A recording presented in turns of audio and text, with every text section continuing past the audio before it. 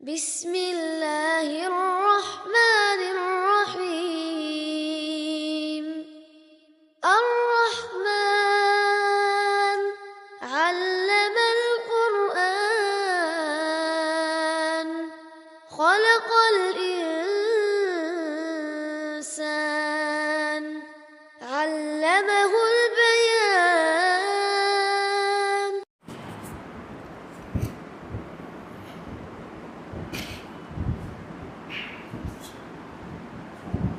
أعوذ بالله من الشيطان الرجيم.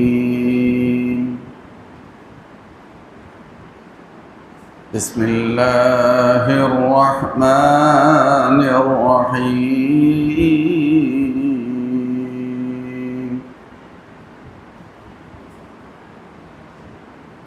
فذرهم يخوضوا ويلعبوا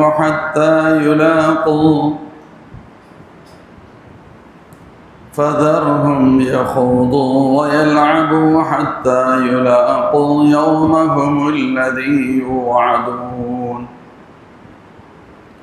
وهو الذي في السماء إله وفي الأرض إله وهو الحكيم العليم.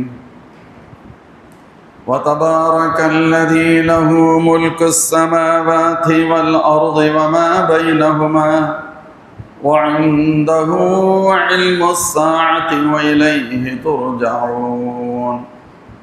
ولا يملك الذين يدعون من دونه الشفاعة إلا من شهد بالحق وهم يعلمون. ولئن سألتهم من خلقهم ليقولن الله فأنى يؤفكون. وقيله يا رب إن هؤلاء قوم لا يؤمنون فاصفح عنهم وقل سلام فسوف يعلمون. صدق الله العظيم. அல்லாஹ்வின் நல்லடியார்களே, அல்லாஹ் ஜல்ல ஷானுஹு வ தஆலாவின் பெயரால் அஸ்-ஸுஹ்ருஃப் அத்தியாயத்தின் இறுதி பகுதியை பார்த்து வருகின்றோம். அதன் இறுதியில் அல்லாஹ் ஜல்ல ஷானுஹு வ தஆலா நல்லோர்கள் அவர்களுக்கு வழங்கப்படுகின்ற வெகுமதிகள் குறித்தும் தீயோர் அவர்கள் அனுபவிக்கப் போகின்ற தண்டனைகள் குறித்தும் அல்லாஹ் பேசி வந்தார். அப்படி பேசி வந்த பொழுது குற்றவாளிகள் நரகத்தில் நிரந்தரமாக இருப்பார்கள். அவர்களுக்கு எத்தகைய சலுகையும் வழங்கப்பட மாட்டாது. அவர்கள் அநீதியாளர்கள். நரகத்தின் பொறுப்பாளரிடத்தில் அழைத்து எங்கள் விஷயத்தை உங்கள் ரப்பு முடிவு செய்யட்டும் என்று வேண்டுகோள் வைப்பார்கள். அதற்கு அவர்களுக்கு பதில் வழங்கப்படும், இல்லை, நீங்கள் இங்குதான் தங்க வேண்டும் என்று. அல்லாஹ்வின் தரப்பில் அப்பொழுது சொல்லப்படும், சத்தியத்தை உங்களுக்கு நாம் கொண்டு வந்தோம், உங்களில் பெரும்பாலானோர் சத்தியத்தை வெறுத்தவர்களாக இருந்தீர்கள். மேலும் அல்லாஹ் அந்த இறைமறுப்பார்களை பார்த்து சொல்வான், அவர்கள் ஏதேனும் ஒன்றை முடிவு செய்கின்றார்களா? நிச்சயமாக நாமும் முடிவு செய்வோம். அவர்கள் ரகசியமாக பேசுவதையும் மனிதருக்கு அவர்கள் மறைத்து வைத்திருப்பதையும் நாம் அறிய மாட்டோம் என்று கருதி கொண்டார்களா? கண்டிப்பாக நாம் அறிகின்றோம். நம்முடைய தூதர்களும் நம்மால் நியமிக்கப்பட்ட மலக்குமார்களும் அதை பதிவு செய்து கொண்டே இருக்கிறார்கள். மேலும் அல்லாஹ் குழந்தை எடுத்து கொண்டான் என்ற தகவலை அவர்கள் பதிவு செய்த பொழுது அல்லாஹ் பெருமானாரை பார்த்து சொன்னான், ரஹ்மானுக்கு ஒருவேளை குழந்தை இருந்தால் வணக்கசாலிகள் நான் முதல் ஆளாக இருப்பேன். அப்படி இல்லை, இறைவனின் உத்தரவுக்கு முழுமையாக கட்டுப்படுகின்ற நான் அதற்கும் கட்டுப்படுவேன், ஆனால் ஒருபோதும் அதற்கு சாத்தியமே இல்லை என்று அல்லாஹ் பெருமானாரை சொன்னான். சொல்லிவிட்டு வானங்கள், பூமி, அரிஷின் அதிபதியான அல்லாஹ் பரிசுத்தமானவன், இவர்கள் கூறுகின்ற அனைத்து பண்புகளை விட்டும் அல்லாஹ்விற்கு குழந்தை இருக்கிறது என்பது போன்ற இவர்கள் கூறுகின்ற பண்புகள் அனைத்தை விட்டும் அல்லாஹ் பரிசுத்தமானவன் என்று அல்லாஹ் கூறிவிட்டு, யா ரசூலல்லாஹ், நீங்கள் அவர்களுக்கு இப்படி சொல்லுங்கள், அவர்களை ஃபதர்ஹும் விட்டுவிடுங்கள், யஹூது வ யல்அபு அவர்கள் அசத்தியத்தில் மூழ்கட்டும், உலகத்தின் மோகத்தில் அவர்கள் திளைத்திருக்கட்டும். ஹத்தா யுலாகோ யௌமஹும் அல்லதி யுஆதுன், எவ்வளவு நாளைக்கு இருக்கப் போகின்றார்கள், அவர்களுக்கு எச்சரிக்கப்பட்ட நாளை அவர்கள் சந்திக்கின்ற வரை தானே மூழ்கி இருக்கட்டும், விடுங்கள் என்று அல்லாஹ் கோபத்தோடு சொன்னான். சொல்லிவிட்டு அல்லாஹ் சொல்கிறான், இதுவரை நாம் கடந்த வாரம் பார்த்தோம். அதைத் தொடர்ந்து அல்லாஹ் சொல்கிறான், வஹுவல்லதி ஃபிஸ் ஸமாஇ இலாஹுன் வஃபில் அர்தி இலாஹ், அவன்தான் விண்ணில் இருப்பவருக்கும் இறைவன், மண்ணில் இருப்பவருக்கும் இறைவன். வஹுவல் ஹக்கீமுல் அலீம், அவன் அனைத்தையும் அறிந்தவன், அவன் மாபெரும் நுட்பம் நிறைந்தவன். அல்லாஹ் இந்த வசனத்தின் வழியாக இந்த பூமியில் இருப்பவைகளும் சரி, விண்ணில் இருப்பவைகளும் சரி, வானம் பூமி இவைகளுக்கு மத்தியில் இருக்கக்கூடிய அனைத்திற்கும் இலாஹ் வணங்கப்படுகின்ற பொருள் ரப் அல்லாஹ்வாகவே இருக்கின்றான். அவனே ஆற்றல் மிக்கவன், நுட்பம் நிறைந்தவன், அனைத்தையும் அறிந்தவன் என்று இந்த வசனம் குறிப்பிட்டுவிட்டு, வதபாரக்கல்லதி லஹு முல்கு ஸமாவாதி வல் அர்த், வதபாரக்கல்லதி லஹு முல்கு ஸமாவாதி வல் அர்த், யாருடைய கைவசத்தில், யார் வானங்களின், வானம் பூமி அவைகளுக்கு மத்தியில் உள்ளவற்றின் ஆட்சி அதிகாரம் யார் கைவசம் இருக்கின்றதோ அந்த ரப்பு உயர்ந்தவன். வஇந்தஹு இல்மு ஸாஅ, மேலும் மறுமை நாளை பற்றிய, இந்த உலகத்தின் இறுதி நாளை பற்றிய ஞானம் அவனுக்கே உண்டு. இலைஹி துர்ஜாவும், அவன் பக்கமே நீங்கள்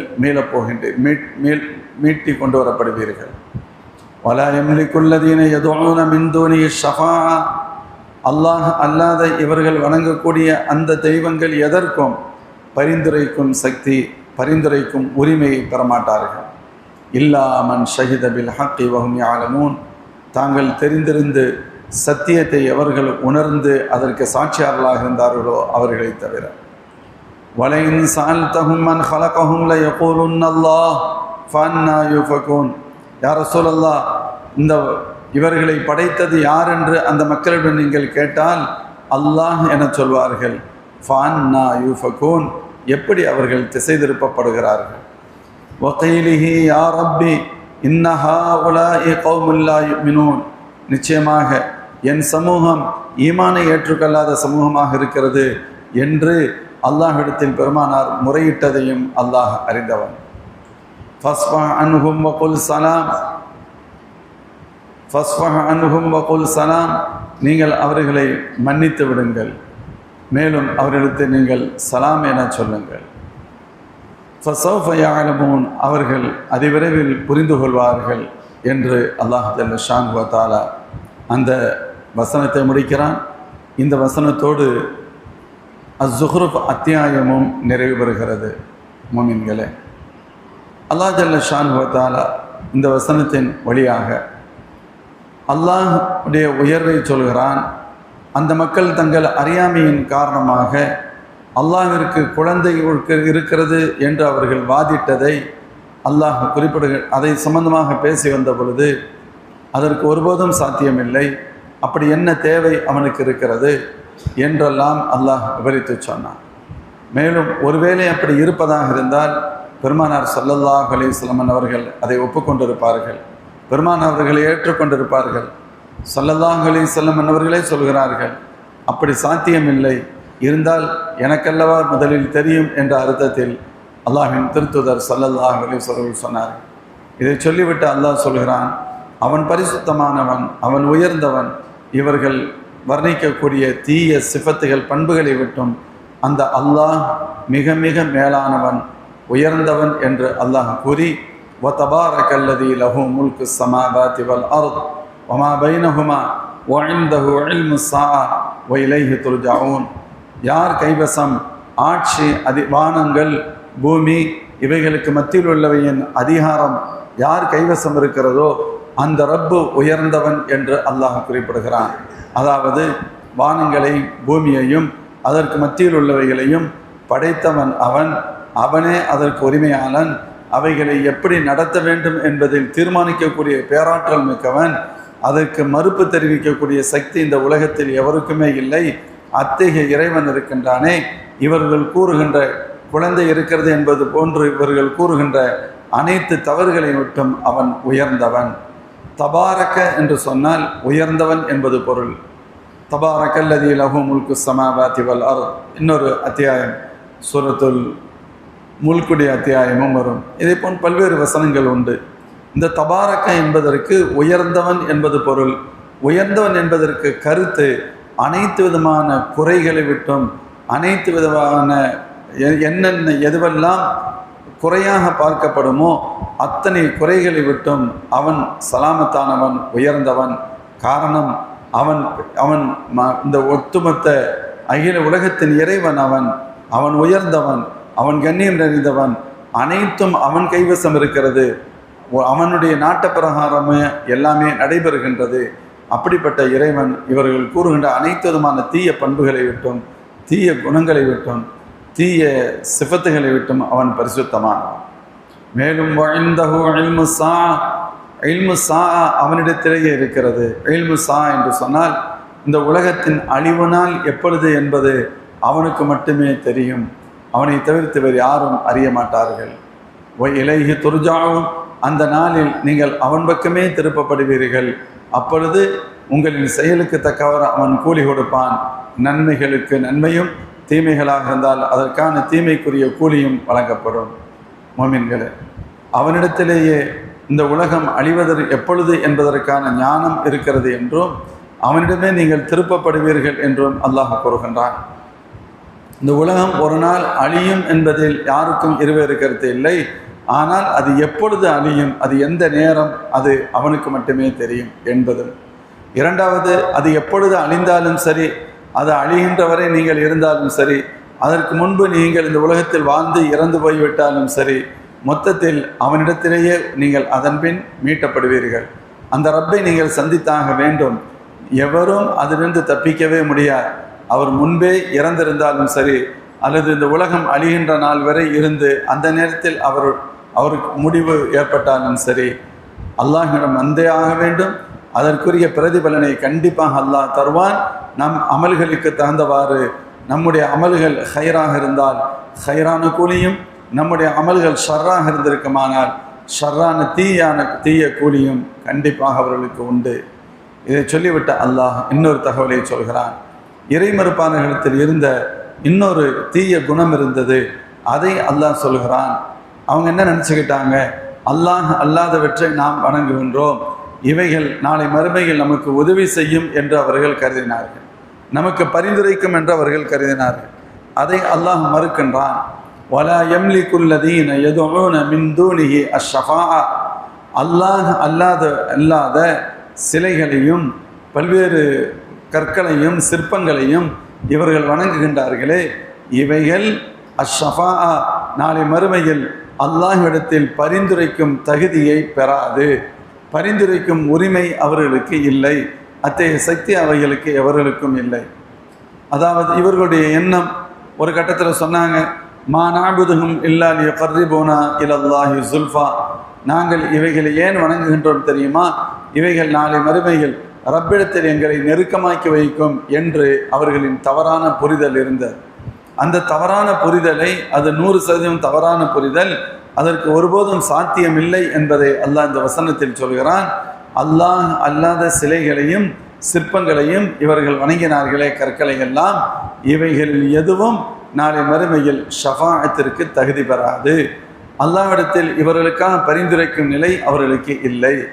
அதே சமயத்தில் இல்லா மன் ஷஹித பில் ஹக்கை வஹும் யஅலமூன், இல்லா மன் ஷஹித பில் ஹக், யார் சத்தியத்தை மொழிந்தார்களோ, சத்தியத்தை சொல்லி அதற்கு சாட்சி பகர்ந்தார்களோ, வஹும் யஅலமூன், அவர்கள் தெரிந்திருக்கின்ற நிலையில், அவர்கள் தெளிவாக உணர்ந்திருந்து சத்தியத்தை தெளிவாக அறிந்திருந்து அந்த சத்தியத்தை புரிந்து சத்தியத்தை ஏற்று அதற்கு அவர்கள் சாட்சி பகிர்ந்திருப்பார்களே, ஆனால் கண்டிப்பாக அவர்கள் அந்த பரிந்துரைக்கு தகுதி பெறுவார்கள். அதாவது அல்லாஹ் இங்கே சொல்ல வர்றது என்னன்னு கேட்டால், நாளை மறுமையில் பரிந்துரை ஷஃபாயத் என்பது உண்டு என்றும் அல்லாஹ் குறிப்பிடுகிறான். ஆனால் அது எல்லோருக்குமானதல்ல, எல்லோருக்குமானதல்ல, அது யாருக்கு உரியது என்பதையும் அல்லாஹ் இங்கே சொல்கிறான். இவங்க நினச்சிக்கிட்டு இருக்காங்க எல்லாம் நமக்கு ஏதாவது ஒரு வகையில் ஹெல்ப் பண்ணும் அப்படின்ட்டு. அது ஒருபோதும் நடக்காது. இல்லை, இவர்கள் வணங்கக்கூடிய இந்த தெய்வங்கள், அது கற்கள் அல்லது சிற்பங்கள், அது எதுவாக இருக்கட்டும், வழிபாடுகள் என்னென்னத்தெல்லாம் வணங்குறாங்க, அல்லது கடலை வணங்குறாங்க, சூரியனை வணங்குறாங்க, சந்திரனை வணங்குறாங்க, மனிதனை வணங்குறாங்க, மனிதன் உருவத்தில் செய்யப்பட்ட சிலைகளை வணங்குறாங்க, ஏதோ ஒரு கற்பனை சிலைகளை ஒரு கற்களில் வடித்து எதுவாக இருக்கட்டும், இவைகள் ஏதாவது நாளை மறுமையில் அல்லாஹ்விடத்தில் பரிந்துரைக்குமா என்று கேட்டால் அதற்கு சான்ஸே இல்லை. ஒருபோதும் இவைகள் இறைவனிடத்தில் பரிந்துரைக்கும் சக்தியை பெறாது. இப்படி சொன்ன உடனே சில பேர் என்ன நினச்சிக்கிற கூடாது, அப்போ நாளை மறுமையில் பரிந்துரை என்பதே இல்லை அப்படி விளங்கி கொள்ளக்கூடாது. நாளை மறுமையில் பரிந்துரை என்பதே இல்லை என்று தவறாக புரிந்து கொள்ளக்கூடாது. பரிந்துரை உண்டு, பரிந்துரை உண்டு உண்டு என்று சொன்னால் யார் செய்வார்கள், அதை அல்லாஹ் இங்கே சொல்கிறான். பரிந்துரை உண்டு, ஆனால் இவங்க பரிந்துரை செய்ய முடியுமா? இந்த சிலைகள் அல்லாஹ் அல்லாதவற்றை வணங்கினார்களே, சூரியன் சந்திரன் என்னென்னலாம் எதை வணங்கி இருக்கட்டும், இவைகள் ஏதாவது பரிந்துரைக்குமா? பரிந்துரைக்க முடியாது. ஆனால் பரிந்துரை என்பது இருக்கிறதா? இருக்கிறது. அல்லாஹ் மந்தல்லதி யஷ்ஃபஉ இன்தஹு இல்லா பிஇذنி, இறைவனின் அனுமதி இல்லாமல் எவரும் அங்கே பரிந்துரைக்க முடியாது.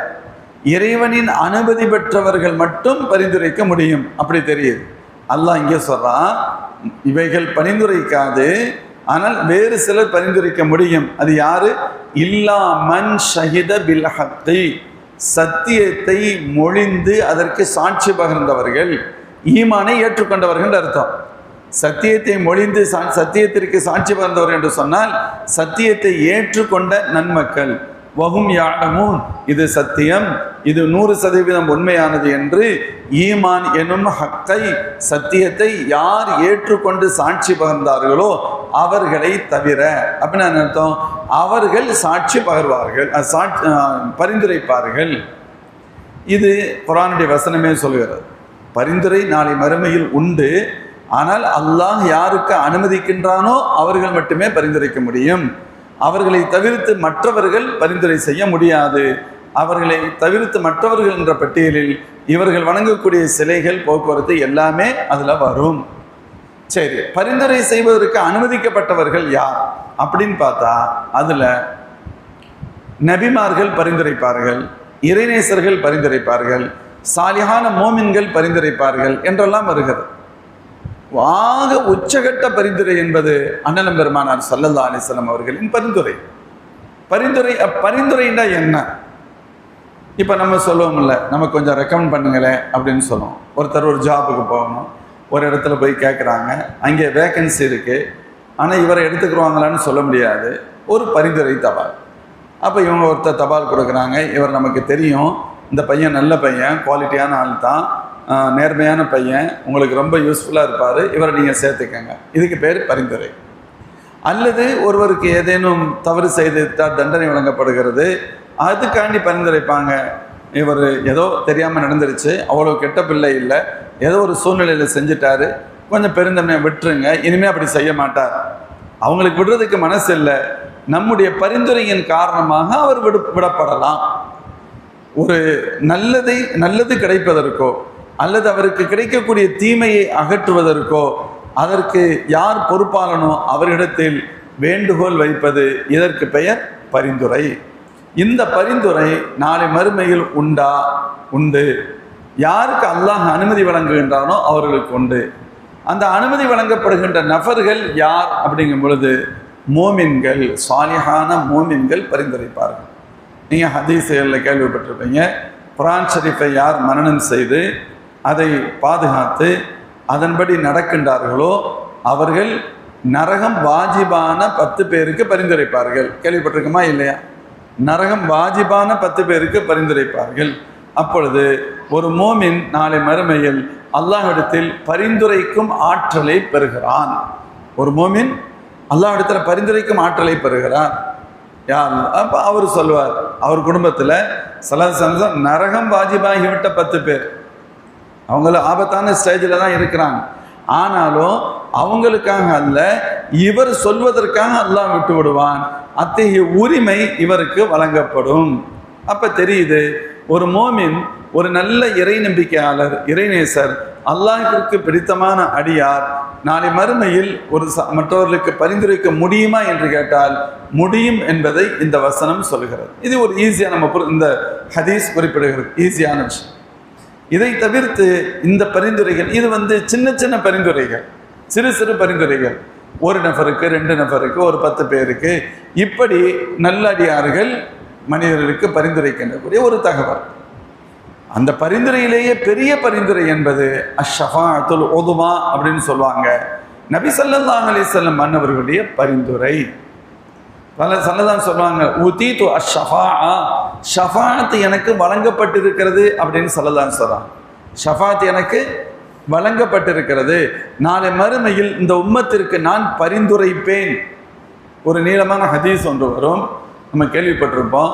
நாளை மறுமையில் பிரச்சனைகளில் மக்கள் சிக்கி தவிக்கின்ற பொழுது தங்களுக்கு யாரேனும் பரிந்துரைப்போர் உண்டா என்று ஏங்குகின்ற நேரத்தில் அவர்களுக்கு ஒரு சிந்தனை வரும். நம்முடைய தந்தை ஆதம் அலைஹிஸ்ஸலாம் அவங்க தானே நம்ம எல்லாத்துக்கும் அப்பா, அசல் பார்த்தா கடைசியில் அங்கே தானே போகும். அவங்க ஒரு சராசரி மனிதரும் இல்லையே, ஒரு பெரிய நபியாச்சே, அதனால அவங்கள்ட்ட போயிடலாம், அவங்கள்ட்ட போய் நமக்காக கொஞ்சம் அல்லாஹ் இடத்துல பரிந்துரைக்க ரெக்வஸ்ட் பண்ணுவோம் அப்படின்னு சொல்லி எல்லாரும் யார்கிட்ட போவாங்க? ஆதம் அலைஹிஸ்ஸலாத்திட்ட போவாங்க. ஆதம் அலைஹிஸ்ஸலாத்திட்ட போய் கேட்போம். ஆதம் அலைஹிஸ்ஸலாம் சொல்லுவாங்க, இல்லை நான் அந்த தரத்தில் இல்லை. அது அவர்களுடைய உயர்வை அறிவிக்கக்கூடிய விஷயம், பணிவின் எல்லை உச்சம். அவங்க சொல்லுவாங்க, இல்லை நான் பரிந்துரைக்கிற மாதிரி சூழல் இல்லை அப்படின்னு சொல்லிட்டு ஒரு காரணத்தையும் சொல்லுவாங்க. அல்லாஹ் என்னிடத்துல கேட்டான், அல்லாஹ் சொன்னான், நீங்களும் உங்கள் மனைவி இங்கே தங்கிக்கங்க, இந்த பழத்தை சாப்பிடக்கூடாதுன்னு அல்லாஹ் சொன்னான், அந்த கனியை யூஸ் பண்ணிடாதீங்கண்டு. ஆனால் நான் போய் அதை என்ன செஞ்சுட்டோம், எடுத்து நாங்கள் சாப்பிட்டுட்டோம். அதனால் எனக்கு சங்கடமாக இருக்குது, நான் அல்லாஹ் இடத்துல பேசுகிறதுக்கு தயாரில்லை, எந்த முகத்தை வச்சுக்கிட்டு நான் பேச முடியும்? அதனால் வேண்டுமானா எனக்கு பின்னால் முக்கியமான ஒரு பெரிய நபி நூஹ் அலைஹிஸ்ஸலாம், அவங்களுக்கு பேர் 2ஆம் மனிதர்ன்றே பேர், ரொம்ப முக்கியமானவங்க, ரொம்ப சீதேவி, அவங்கள்ட்ட போங்க அப்படிமா. சரி ஓகே, ஒரு இடத்துக்கு போனோம். அவர் சொல்கிறாரு, என்னட்ட இல்லை, நீங்கள் இந்த இடத்துக்கு போனால் அங்கே போவோம் தானே இயல்பா. சரி, இன்னொரு அட்ரஸ் கிடச்சிருக்கேன்னு சொல்லிட்டு அங்கே போவாங்க. இது புகாரி ஷரீஃபில் வரக்கூடிய, புகாரி முஸ்லிமில் வரக்கூடிய ஹதீஸுகள். அங்கே போவாங்க. அங்கே போய் நூஹ் அலைஹிஸ்ஸலாத்திட்ட போய் முறையிட்டா நூஹ் அலைஹிஸ்ஸலாம் சொல்லுவாங்க, இல்லை நான் அந்த நிலையில் இல்லை அப்படின்னா. இல்லைன்னு சொல்லிட்டு அவங்க ஒரு காரணமும் சொல்லுவாங்க. அல்லாஹ் என்னுடைய காலத்தில் கிட்டத்தட்ட அவங்க சாதாரணமான நாள் இல்லை, 950 ஆண்டு காலம் நபியாக தாவா பண்ணாங்க. வலக்கத் அர்சல்னா நூஹன் இலா கௌமிஹி ஃபலபிஸ ஃபீஹிம் அல்ஃப ஸனத்தின் இல்லா 50 ஆமா. குர்ஆன் டைரக்டாக சொல்லுது, 1000ற்கு 50 குறைய 950 ஆண்டு காலம் சேவை செய்தவர்கள் யாரு? ஹஸரத் நூஹ் அலைஹிஸ்ஸலாம் இந்த பணியில் இருந்தாங்க. மொத்தத்தில் 80 சில்லறை நபர்கள் தான் ஒரு கட்டத்தில் ஈமானை ஏற்றுக்கிட்டாங்க. 80 சில்லறை நபர்கள் என்ன அர்த்தம்? வருஷத்துக்கு ஒரு ஆள் கூட இல்லை, வருஷத்துக்கு ஒரு ஆள் கூட இல்லை. 10 வருஷத்துக்கு ஒரு ஆண்டு கணக்கு வச்சா கூட 95 பேர் வரணும். 10 வருஷத்தில் ஒரு ஆள் வந்திருந்தாலும் 95 பேர் வரணும், அதை விட கம்மி. எவ்வளோ கஷ்டப்பட்டிருப்பாங்க, எவ்வளோ வேதனைப்பட்டிருப்பாங்க. பொறுத்து பொறுத்து பொறுத்து பார்த்துட்டு ஒரு கட்டத்தில் அல்லாஹ் இடத்துல துவா செஞ்சுட்டாங்க. வகால நூஹ் ரப் லா ததர் அலல் அர்தி மினல் காஃபிரீன தய்யாரா. யாரும் அந்த உலகத்தில் யாரையும் விடாத, இவன் எல்லாம் நாசமாக போனவங்களா இருக்கான், இவங்களுக்கு இவங்க இனிமேல் குழந்தை பெற்றா கூட அதுவும் இவங்கள மாதிரியே தான் இருக்கும், நீ அழிச்சிரு அப்படின்ட்டு துவா செஞ்சிடறான். அல்லாஹ்வுடைய கோப பார்வை இறங்குகிறது. வரலாறு நமக்கு தெரியும், வெள்ளப்பிரளயம் ஏற்படுகிறது. அப்போ எல்லாரும் அழிய வேண்டிய நிர்பந்தம் வருது. அல்லாஹ் சொல்றான், நூஹ் அலைஹிஸ்ஸலாம் நீங்களும் உங்களுடைய குடும்பத்தினரும் இதில் ஏறிக்கங்க, இந்த கப்பலை செஞ்சுக்கங்க, அதுக்கான சில அடையாளங்கள் வரும், அப்போ வெள்ளம் வந்துடும், நீங்கள் எல்லாம் கப்பலில் ஏறிக்கங்க, நீங்கள் பாதுகாக்கப்படுவீங்க அப்படின்னு அல்லாஹ் சொன்னால், அதே போல் அதுக்கான நேரம் வந்தது, வெள்ளப்பிரளயம் ஏற்பட்டது. நூஹ் அலைஹிஸ்ஸலாமுடைய குடும்பத்தினர் கப்பலில் ஏறிக்கிட்டாங்க. 2 பேருக்கு மட்டும் ஏற முடியலை, வாய்ப்பு இல்லாமல் போச்சு. அவங்களுடைய மனைவியில் ஒருத்தர் ஈமான் இல்லாதவங்க இருந்தாங்க, கண்ணான் என்ற ஒரு பையன், அவரும் இஸ்லாத்தை ஈமானை ஏற்றுக்கிறல, அவரும் கப்பலில் ஏற முடியலை. கூப்பிட்டாங்க, மகனே யாபனை இறக்கமான வலா தக்குமாயில் காஃபிரின், குர்ஆனுடைய வசனம், ஈமானை ஏற்றுக்கிட்டு உட்காருடா, உள்ளவாடான்னாங்க. அதெல்லாம் தேவையில்லை அப்படின்னா. திமிரில் பேசுகிற டிக்கெட் இருக்கும்ல, அதெல்லாம் தேவையில்லை. என்ன பெரிய வெள்ளம் வந்தால் இந்த ஒரு உயரமான மலை இருக்குன்னு அங்கே போய் உட்காந்துக்கலாம் சொன்னான். குர்ஆன் கூறுகின்றது, சாவி இலா ஜபனி யாசுனி மினல் மா, தண்ணீரிலிருந்து பாதுகாக்கக்கூடிய இந்த உயரமான மலையின் மீது நான் அமர்ந்து கொள்வேன், அதை பற்றி ஒரு பிரச்சனையும் இல்லை. கடைசியில் என்ன ஆச்சு? வெள்ளப்பிரளயம் வந்தது, ஒட்டுமொத்த மக்கள் அழிக்கப்பட்டார்கள். அந்த கப்பலில் ஏறிக்கொண்டவர்கள் மட்டுமே பாதுகாக்கப்பட்டு பல மாதங்கள் கப்பல் எங்கெங்கெல்லாம் போய் வந்து கடைசியில் கொஞ்சம் கொஞ்சமாக தண்ணீர் வடிந்து கப்பல் கரை ஒதுங்கியது. நூஹ் அலைஹிஸ்ஸலாம் அல்லாஹ்ட்ட ஒரு வார்த்தை கேட்டாங்க, யா அல்லாஹ், நீ பொதுவாக பல தடவை நீ சொல்லியிருக்கிய உங்களையும் உன் குடும்பத்தினரையும் பாதுகாப்பேன்னு சொல்லியிருக்கல, என் பையன் என் குடும்பத்தை சார்ந்தவன் தானே, ஏன் விட்டுட்டேன்னு கேட்டான். வநாதா நூஹ் ரப்பஹு ஃபகால ரப்பி இன்ன இப்னி மின் அஹ்லி வ இன்ன வஅதக்கல் ஹக் வ அன்த அஹ்கமுல் ஹாக்கிமீன். ஒரு வித்தியாசமான வார்த்தைகள், அழகான வார்த்தைகள், ரொம்ப ஹைலி டீசென்ட்டான வார்த்தைகளை பயன்படுத்தி கேட்குறாங்க. வநாதா நூஹ் ரப்பா, நூஹ் அலைஹிஸ்ஸலாம் அல்லாஹ்ட்ட கேட்குறாங்க, அல்லாஹ்வை அழைக்கிறார்கள், துஆ செய்கிறாங்க. நாதா நூஹ் ரப்பா ஃபகால, இறைவா, ரப்பி இறைவா, இன்ன இப்னி மின் அஹ்லி, என் பையன் என் குடும்பம் தானே, வ இன்ன வஅதக்கல் ஹக், உன்னுடைய வாக்குறுதி 100% உண்மையாதல்லவா, அன்த அஹ்கமுல் ஹாக்கிமீன், நீ மிகச்சிறந்த முடிவெடுக்கக்கூடியவன் தானே, நீ சொல்லியிருக்கீல உங்கள் குடும்பத்தை நான் பாதுகாப்பேன். இன்னமன ஜூக்கவா அஹ்லக் இல்லம்ரஅதக மினல் காபிரின். அல்லாஹ் அங்கேயே பல இடத்துல சொல்லியிருக்கான், உங்களையும் உங்களுடைய குடும்பத்தினரையும் நான் பாதுகாப்பேன், உங்களுடைய மனைவியை தவிர அப்படின்னு பல தடவை அல்லாஹ் சொல்லிட்டான். இப்போ மனைவியை பற்றி கொஸ்டின் இல்லை, அதை விட்டுட்டாங்க. உங்களையும் உங்கள் மனைவியை தவிர உங்கள் குடும்பத்தினரையும் பாதுகாப்போம். அப்போ யார் உள்ளே வர்றா? மகனும் உள்ளே இருக்கிறார். அதை கேட்குறாங்க, என் பையன் என் குடும்பம் தானே, நீ பாதுகாக்கிறதா சொல்லியிருக்கீல, ஏன் பாதுகாக்கலின்னு கேட்கல, என் பையன் என் குடும்பம், நீ பாதுகாக்க ஒன்று, நீ வாதா கொடுத்துருக்க, அவ்வளோதான் சொல்கிறாங்க. நீ வாதா கொடுத்துருக்க, ஏன் வாதாவை நிறைவேற்றல கூட கேட்கல. ஆனால் கருத்து அதுதான். அல்லாஹ் சொன்னா, யானோ இன்னஹு லைஸ மின் அஹ்லிக், அவன் என்ன உன் குடும்பம், உங்கள் குடும்பம், உங்கள் குடும்பத்தை சார்ந்தவர் அல்ல. இன்னஹு லைஸ மின் அஹ்லிக். அல்லாஹ் அதுக்கு காரணம் சொல்றான், இன்னஹு அமலுன் கைரு சாலிஹ், சாலிஹ் இல்லாத சாலிஹான அமல் அவர்கிட்ட இல்லை, அவர்கிட்ட ஈமான் இல்லை. அப்புறம் என்ன உங்க குடும்பம்? இங்கே இரத்த உறவு என்பதை விட ஈமானுடைய உறவு தான் மிக முக்கியமானது. ஈமானோடு இருந்தாலும் உங்களுடைய குடும்பத்தின் என்ற தகுதியை பெறுவார். அது இல்லாமல் போகின்ற பொழுது உங்களுடைய குடும்பத்தின் என்று சொல்லிக் கொள்வதற்குண்டான அருகதை இல்லை. இன்னஹு லைஸ மின் அஹ்லிக் இன்னஹு அமலுன் கைரு சாலிஹ் சொல்லிட்டு அல்லாஹ் சொன்னா, ஃபலா தஸ்அல்னி மா லைஸ லக பிஹி இல்ம், உங்களுக்கு தெரியாத விஷயத்தை என்கிட்ட கொஸ்டின் கேட்கக்கூடாது. ஃபலா தஸ்அல்னி மா லைஸ லக பிஹி இல்ம் இன்னி அஇதுக், உங்களுக்கு நான் உபதேசம் செய்கிறேன், அன் தகூன மினல் ஜாஹிலீன், நீங்கள் புரியாத கூட்டத்தில் ஆகிவிடக்கூடாது. விவரமற்ற ஒரு சாரார் இருப்பாங்க, அது மாதிரி ஆகிடக்கூடாது. அல்லாஹ் அப்படி சொல்லிட்டான். ஹஸரத் நூஹ் அலைஹிஸ்ஸலாம் சொல்கிறாங்க, நான் சும்மா இருந்திருக்கணும், அல்லாஹ்ட்ட நான் இப்படி கேட்டுட்டேன், அது தப்பாகி போச்சு, தப்புன்னு அல்லாஹ் நீ திட்டான், நான் இப்படி ஒரு தப்பை செஞ்சுட்டேனே, நான் போய் எப்படி அடுத்தவங்களுக்கு பரிந்துரைக்க முடியும், என் காலத்தே பெரிய காலத்தாக இருக்கு, அதனால அது வாய்ப்பு இல்லை. வேண்டுமானா அடுத்து எனக்கு பின்னால் ஒரு முக்கியமான நபி வந்தாங்க, அல்லாஹ்வுக்கு ரொம்ப பெரிய ஹலீல், விருப்பமான நபி, அல்லாஹ் என்ன சொன்னாலும் செய்கிறவங்க, அப்படி ஒரு மனிதரை உலகத்தில் பார்க்க முடியாது. அவங்க பேர் தான் இப்ராஹிம் நபி, அங்கோ பாருங்க, அங்கே போங்க, அவங்க இருப்பாங்க, அவங்ககிட்ட போய் கொஞ்சம் கேளுங்கன்னு அந்த பக்கம் பாலை தள்ளி விட்டாங்க. இப்போ மக்கள் எல்லாரும் எங்கே போகிறாங்க? ஹஸரத் இப்ராஹிம் அலைஹிஸ்ஸலாம் அவர்களை நோக்கி போகிறார்கள். இப்ராஹிம் அலைஹிஸ்ஸலாத்திட்ட பார்த்தாங்க, அவங்கள பார்த்து பேசுகிறாங்க. என்ன சொல்கிறாங்க? நீங்கள் இப்ராஹிம் அலைஹிஸ்ஸலாத்திட்ட போங்கன்னு சொன்னாங்க. ஹஸரத் இப்ராஹிம் அலைஹிஸ்ஸலாத்திட்ட மக்கள் வருவாங்க, வந்து உயர்வா அவங்கள பற்றி பேசுவாங்க, எங்களுக்கு நீங்கள் கொஞ்சம் உதவி செய்யணும், ஹெல்ப் பண்ணணும், பரிந்துரைக்கணும்னு சொல்லுவாங்க.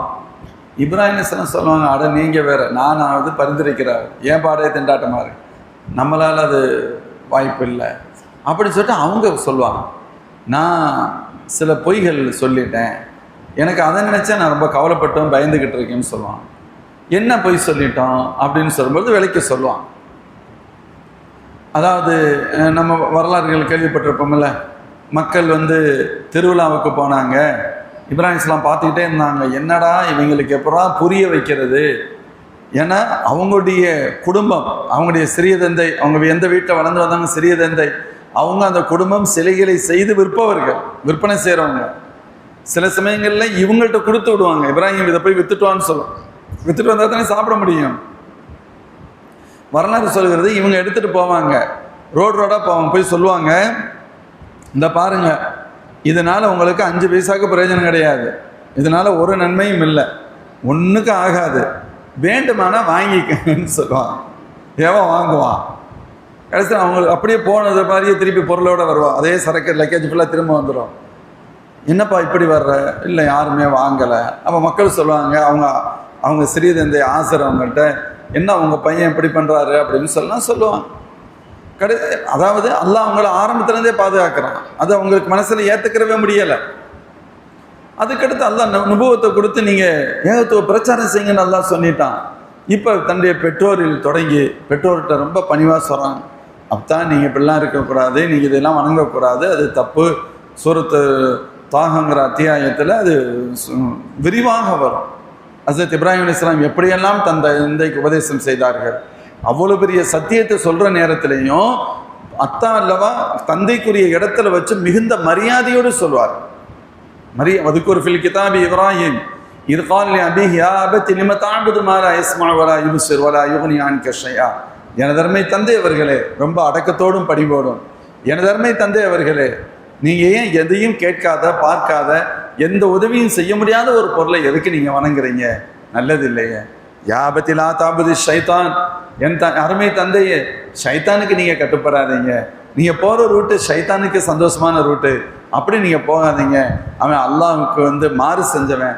இப்படி அழகான உபதேசம் கொஞ்சம் கொஞ்சமாக சொல்லிட்டு வருவான். கடைசியில் கேட்கறதுக்கு தயார் இல்லை. ஒரு கட்டத்தில் உதப்பேன்னு சொல்லுவாங்க, உன்னை அடிக்கப்படுவாய், இப்படிலாம் வரும். பார்க்குறாங்க, என்னடா இது, இந்த மக்கள் ஈமானை ஏற்றுக்கிற மாட்டேங்கிறாங்க, சத்தியத்தை புரியவே மாட்டேங்கிறாங்க, சிலை வணக்கத்தில் இவ்வளோ ஊறி போயிருக்கிறாங்க, என்ன பண்ணலாம்? யோசிச்சு பார்க்கும்போது அவங்க மனசில் ஒரு ஐடியா வரும். திருவிழா வரும், திருவிழாவுக்கு எல்லாம் வெளியில் போவாங்க, நம்ம தெரியாத மாதிரி என்னத்தையாவது ஒரு காரணத்தை சொல்லி இங்கேயே இருந்துருவோம். அவங்க வெளியே போயிட்டு ஊருக்குள்ளே வர்றதுக்கடல எல்லா சிலையும் உடைச்சிடுவோம். அந்த ஒரே ஒரு பெரிய சிலையை விட்டுட்டு அது கழுத்தில் கோடாரியை மாட்டி விட்டு கேட்டால் எனக்கு தெரியாது, அதான் உடைச்சிருக்கோம், யாராவது உடைச்சிருந்தா எல்லாத்தையும் தானே உடைச்சிருப்பாங்க, இதை ஒன்றை மட்டுமா விடுவாங்க? இதுதான் நமக்கு என்னத்துக்கு போட்டியாக இந்த சிலைகள்லாம் இருக்குது, இந்த குட்டி தெய்வங்கள்லாம் அப்படின்னு போட்டியில் உடைச்சிருக்கலாம் அப்படிங்கிற மாதிரி சொல்லலாம். அப்படிங்கிற மாதிரி எண்ணம். அவங்களுடைய நோக்கம் என்ன அப்படின்னு கேட்டால், இவர்களுக்கு ஈமானை புரிய வைக்க வேண்டும் அப்படிங்கிறதா நோக்கம். இதே போல் அந்த திட்டத்தின் அடிப்படையில் திருவிழா காலம் வந்துச்சு, மக்கள் எல்லாம் வெளியே போயிருந்தாங்க. இவங்க கோடாடி எடுத்துகிட்டு வந்தாங்க. அந்த பெரிய சிலையை விட்டுட்டு மீதி எல்லாத்தையும் அடித்து துவம்சம் பண்ணிட்டாங்க, உடைச்சிட்டாங்க. சிலைகளை உடைச்சா எப்படி இருக்கும்? பெரிய சிலையுடைய கழுத்தில் கோடாரியை மாட்டி விட்டு ஆள் போயிட்டாங்க. அந்த மக்கள் திரும்பி வந்து பார்த்தா அவங்களுடைய சிலைகள் எல்லாம் தெய்வங்கள் எல்லாம் உடைக்கப்பட்டிருக்கு. கோபம்டா, சரியான கோபம். இது குர்ஆன் கூறுகின்ற வரலாறு. குர்ஆன் வரலாறை சொல்கிறது. சூரத்துல் அன்பியா என்னும் அத்தியாயம், நபிமார்கள் என்ற பெயருடைய அத்தியாயத்தில் ஹஸரத் இப்ராஹிம் அலைஹிஸ்ஸலாத்துடைய இந்த வரலாறு வரும். அவங்களுக்கு கோபம் ஆயிடுச்சு, ரொம்ப டென்ஷன். யார் செஞ்சது? மன் ஃபஅல ஹாதா பி ஆலிஹத்தினா இன்னஹு லமினல் ஸாலிமீன். இப்படி நம்ம தெய்வங்களுக்கு பிரச்சனை இழுக்க ஏற்படுத்தியது யார்? அவன் அநியாயக்காரர்கள், ஒருபோதும் விட முடியாது, அப்படி இப்படிலாம் சொன்னாங்க. அப்போ அவங்களுக்குள்ளே ஒரு ஆள் சொன்னாங்க, காலு சமீனா ஃபதன் யதுகுருஹும் யுகாலு லஹு இப்ராஹிம். அதில் ஒரு ஆள் சொன்னா, நான் நினைக்கிறேன் இந்த இப்ராஹிம்ல ஒரு பையன், ஒரு புதுசாக ஒரு வாலிபர் ஒருத்தர் இருக்கார்ல, அந்த ஆள் தான், அந்த பையன் தான் அந்த சிலைகளிலாம் வணங்கக்கூடாது, வைக்கக்கூடாது, அப்படி இப்படின்னு சொல்லிக்கிட்டு இருக்கிற ஆள். இந்த பையன் தான் செஞ்சுருக்கணும். அதனால என் டவுட் ஃபுல்லாக அந்த பையன் மேலே தான் சொன்னேன். எல்லாருக்கும் ஏறக்குறைய அது சரியாகப்பட்டது இருக்கும். உடனே என்ன செஞ்சான்? ஃபாத்து பிஹா அலா அயுனின் நாஸ். அப்படியா? எல்லாத்துக்கும் டவுட் கிட்டத்தட்ட உறுதியாகிற நிலவிக்கு வந்துட்டாங்க. மனதளவில் அவனை இழுத்துட்டு வாங்க, கூட்டிட்டு வாங்கன்ட்டாங்க. இப்ராஹிம் அலைஹிஸ்ஸலாம் அழைச்சிட்டு வர போகிறாங்க, எல்லாம் இருக்கிறாங்க. எல்லாம் கேட்க, அந்த ஃபால் தஹாதா பி ஆலிஹத்தினா யா இப்ராஹிம், இதை செஞ்சது நீ தானே அப்படின்னா. டைரக்டாக வந்துட்டாங்க, உடைச்சது நீ தானே அப்படின்னா. ஹஸரத் இப்ராஹிம் சொன்னாங்க, கால பல் ஃபஅலஹு கபீரும், இல்லை இதில் இந்த பெரிய சிலை தான் செஞ்சிருச்சு அப்படின்னா. கால பல் ஃபஅலஹு கபீரும் ஹாதா ஃபஸ்அலூஹும் இன் கானூ யன்திகூன். அது நம்ம உங்களுக்கெல்லாம் தெய்வம் இல்லைங்க, இந்த என்னுடைய பார்வையில் இந்த பெரிய சிலை தான் உடைச்சிருக்கணும். ஏன்னா அது மட்டும்தான் ஹயாத்தாக இருக்குது, மீதி எல்லாம் உடைச்சிட்டாங்க. வேறு வெளியிலேருந்து ஆள் வந்திருந்தா எல்லாத்தையும் உடைச்சிருப்பாங்கல்ல. அப்போ இது ஒன்று மட்டும் விடுபடுதான், இதுதான் எல்லாத்தையும் உடைச்சிருக்கணும். இன்னையும் பிரச்சனை, அதுட்டே கொஞ்சம் கேளுங்களேன்டா. ஃபஸ்அலூஹும் இன் கானூ யன்திகூன். அவங்களுக்கு கடுப்பாகுது. உடனே கேட்டாங்க, என்ன நீ பேசுகிற? அது பேச முடியாதுன்னு உனக்கு தெரியாதான்னு கேட்டாங்க. அது பேசாதுன்னு உனக்கு தெரியாது. அப்போ தான் சொன்னாங்க, பேசாத பொருளை எதுக்கு வணங்குறேன்னு கேட்டாங்க. பேசாததை எதுக்கு வணங்குறீங்கன்னு கேட்டாங்க. அப்போ அவங்களுக்கு கடுப்பாயிட்டாங்க, கோபம் ஆயிடுச்சு. சரி, இவன் தான் செஞ்சுட்டு திமிர் பேசிட்டு உட்காந்துருக்கான்னு சொல்லிட்டு தான் அந்த நெருப்பு குண்டத்தில் போடுறதுக்கு உண்டான ஏற்பாடு செய்யப்பட்டது. இங்கே இப்ராஹிம் அலைஹிஸ்ஸலாம் என்ன சொல்கிறாங்க, நான் தானே உடைச்சேன். யார் உடைச்சதுன்னு கேட்டால் நான் தானே சொல்லியிருக்கணும். நான் என்ன சொன்னேன், இந்த பெருசு உடைச்சிருக்குன்னு சொன்னேனா இல்லையா? அப்போ அது பொய் தானே, நான் பொய் சொல்லிட்டேனே. அதே போல திருவிழாவுக்கு போகும் பொழுது எல்லாரும் போகிற நேரத்தில் நான் மட்டும் வீட்டில் இருக்கேன், என்னை எல்லாரும் கூப்பிட்றாங்க, நீ வா போகணுங்கிறாங்க. கூப்பிடத்தானே செய்வாங்க. எல்லாரும் போகும்போது ஒருத்தர் மட்டும் எப்படி விட்டுட்டு போவாங்க? அந்த வீட்டில் இருக்கவங்க கூப்பிடுவாங்கல்ல. அப்போ இவங்க ஃபகால இன்னி சகைம், எனக்கு கொஞ்சம் உடம்பு சரியில்லை அப்படின்னு சொன்னான். எனக்கு கொஞ்சம் முடியலை. அதை சொல்கிறாங்க, நான் நோயாளி என்று அவரிடத்தில் சொன்னேன், ஆனால் உண்மையில் நான் நோயாளியா இல்லை, உண்மையில் எனக்கு எந்த நோயும் இல்லை. அப்போ நான் சொன்னது பொய் தானே. இது ஒரு பொய். இன்னொரு கட்டத்தில் அன்னை சாரா அவர்களோடு ஹஸரத் இப்ராஹிம் அலைஹிஸ்ஸலாம் பயணம் செய்கிறாங்க. ஒரு இடத்தை கடக்கின்ற பொழுது அந்த ஏரியாவுடைய அரசனுக்கு தகவல் கிடைக்கிறது, அவன் ஒரு பொறுக்கியா இருந்தான், அழகான பெண் பிள்ளைகள் பார்த்தால் அவனுக்கு கொடுத்துடணும் அப்படிங்கிற மாதிரியான ஒரு வியாதி உள்ளவன். அவனுடைய ஆட்க சாரா அம்மா இப்ராஹிம் அலைஹிஸ்ஸலாம் கூட வர்றாங்க, பார்த்தா ரொம்ப அழகா இருக்கிறாங்க. இவங்களை கூட்டிகிட்டு வந்தான், இவங்களை இழுத்துட்டு போயிட்டாங்க. 2 பேர்த்தையும் கூட்டிகிட்டு போயிட்டு அங்கே அவன்கிட்ட போய் நிப்பாட்டிட்டாங்க. நிப்பாட்டின உடனே இப்ராஹிம் அலைஹிஸ்ஸலாத்துல அவன் கேட்டான், இது யாருன்னு கேட்டான். இது என் சகோதரின்னு சொன்னான். யாருன்னு கேட்டதுக்கு என் சகோதரி அப்படின்னு சொன்னான். யார் அது? ஆக்சுவலி உண்மையில் யார்? மனைவி. சகோதரின்னு சொன்னாங்க. ஏன் சகோதரின்னு சொன்னாங்கன்னு கேட்டா, சகோதரின்னு சொன்னா நீ போயிரு அப்படின்னு சொல்லி அந்த பொண்ணை மட்டும் வச்சுக்கிடுவான். கணவன் சொன்னா ஆளை காலி பண்ணிடுவான். கணவனை வச்சுக்கிட்டு நீ போயிருன்னு சொல்றது நல்லா இருக்காதுல்ல, அதுல கொஞ்சம் டீசென்ட். அது என்ன டீசென்ட்? இவனை ஆளையே காலி பண்ணிட வேண்டியது, இல்லைன்னா ரொம்ப வருத்தப்படும். இது மாதிரியான புத்தி உள்ளவன். அதனால அவங்க என்ன சொன்னாங்க, சகோதரின்னு சொன்னாங்க. இப்போ இதில் ஒவ்வொரு இடத்திலும் வரலாறு நீளமானது, நம்ம வரலாறுக்குள்ளே போக முடியாது. கடைசியில் அவன் விட்டுட்டான். இருந்தாலும் அனுப்புங்க, இந்த பொண்ணை இங்கே வை, இவரை போக சொல்லு அப்படின்னு சொல்லிட்டான். அந்த பொண்ணை நிற்க சொன்னோன்னே இவர் போய் ரொம்ப சந்தோஷமாக தொட போகிறார். தொட போனால் அது பயங்கரமாக ஏதோ ஒன்று, ஒரு ஜுவாலை அங்கேருந்து நெருப்பு வர்ற மாதிரி இருக்குது. அடிச்சு பிடிச்சி பயந்து ஓடியாந்துடுறான், பின்னாடி ஓடியாந்துடுறான். என்னடா அது இப்படி இருக்கு? சரி, அப்புறம் ஆஃப் ஆயிடுது, அமைதியாக இருக்கு. திரும்ப போய் தொட போகிறான். திரும்ப போய் தொட போனாலே, கிட்டத்தில் போனாலே அப்படியே நெருப்பு மாதிரி இவனை துரத்துற மாதிரி தெரியுது. 3ஆவது இடையும் அப்படி நடந்துச்சு. அவன் வேலைக்காரன்கிட்ட சொன்னான், அடவா எரும மாடுகளா, பொண்ணை கூட்டிகிட்டு வேண்டா பேயை கூட்டிகிட்டு வர்றீங்க அப்படின்னு சொன்னான். ஏதாவது நல்ல பொண்ணு தானடா இங்கே கூட்டிகிட்டு வரணும், பேயும் பிசாசியமாக கூட்டிகிட்டு வருவாங்க அப்படின்னு சொல்லி அனுப்பிட்டான். சார் வரலாறு, சரி வரலாறு விரிவானது. இப்போ ஹஸரத் இப்ராஹிம் அலைஹிஸ்ஸலாம் சொல்கிறாங்க, நான் நோயாளி இல்லை, நோயாளி என்று சொன்னேன். நான் தான் உடைத்தேன், பெரிய சிலை உடைத்தது என்று சொன்னேன். என் மனைவியை சகோதரி என்று சொன்னேன். பொதுவாக சொல்லுவாங்க, இந்த 3 கட்டத்திலும் 3க்கு சில விளக்கங்கள் சொல்லலாம். ஏன் இவங்க சகோதரின்னு சொன்னாங்க? உலகத்தில் இருக்கக்கூடிய எல்லா ஆண்களும் பெண்களும் ஏதேனும் ஒரு வகையில் சகோதர சகோதரிகள் தான். இன்னமல் முஃமினூன இஹ்வா, மோமின்கள் எல்லாரும் உடன்பிறவா சகோதரர்கள் தான் என்று அல்லாஹ் சொல்றான். குல்லு முஸ்லிமின் இஹ்வா, சிலதான் சொல்லுவாங்க எல்லா முஸ்லிம்களும் சகோதர சகோதரிகள் தான். அந்த அர்த்தத்தில் சகோதரின்னு சொன்னதில் தப்பு இல்லை. இப்போ நீங்களும் வாங்கன்னு சொன்னால் எனக்கு முடியலை அப்படிங்கிறாங்க. முடியலைன்னு சொன்னால் உடல் முடியவில்லை என்பது பொருள் அல்ல. உடலில் ஜுரமோ தலைவலியோ காய்ச்சலோ இல்லை, உள்ளத்தில் எனக்கு முடியலை, என் உள்ளம் வேதனைப்படுது, நீங்கள்லாம் இப்படி சிலைகளை வணங்கிக்கிட்டு இருக்கீங்களே, உங்களை ஒன்றும் பண்ண முடியலை, திருத்த முடியலேன்னு சொல்லி என் உள்ளம் நோய்வாய்ப்பட்டிருக்கு, கவலையில் இருக்கு என்ற அர்த்தத்தில் சொன்னார்கள் என்று வைக்கலாம். அதே போன்று ஏன் இவைகளை நீங்கள் தானே உடைத்தீர்கள் என்று சொன்ன பொழுது இல்லை இது உடைச்சிச்சுன்னு சொல்றாங்க. ஏன் அப்படி சொன்னாங்க? இவர்களுக்கு புரிய வைப்பதற்காகத்தான் அப்படி சொன்னார்கள். இவங்களை ஈமான்ல இருந்து, குஃப்ர்ல இருந்து, ஷிர்க்ல வெளியே கொண்டு வரணும். சிலைகள் எப்படி செய்ய முடியும்? சிலைகளால் உதவியும் செய்ய முடியாது, உபத்திரமும் செய்ய முடியாது, ஒன்றும் செய்ய முடியாது அப்படிங்கிறத புரிய வைக்கணுங்கிறதுக்காகத்தான் அப்படி சொன்னாங்க. அது உடைச்சிருச்சுன்னு சொன்ன உடனே அது எப்படி உடைக்க முடியும்? நீ அதுகிட்டே கேட்டு பாருங்க, அது சொல்லும். அதான் பேசாதல, சில பேசாததை ஏன்டா வணங்குறீங்க? இப்படிலாம் கேள்வி கொடுக்கணும் அப்படின்னு சொன்னா, அது உடைச்சதுன்னு சொன்னா தான் இந்த இதெல்லாம் வரும். அவங்கள கொஞ்சமாவது அவங்கள புரிய வச்சு ஈமானின் பக்கம் அழைப்பதற்குண்டான ஒரு பணிக்காக அப்படி செஞ்சாங்க. அல்லாஹ்வுடைய பார்வையில் இதுல எந்த இடத்திலும் குற்றம் இல்லை.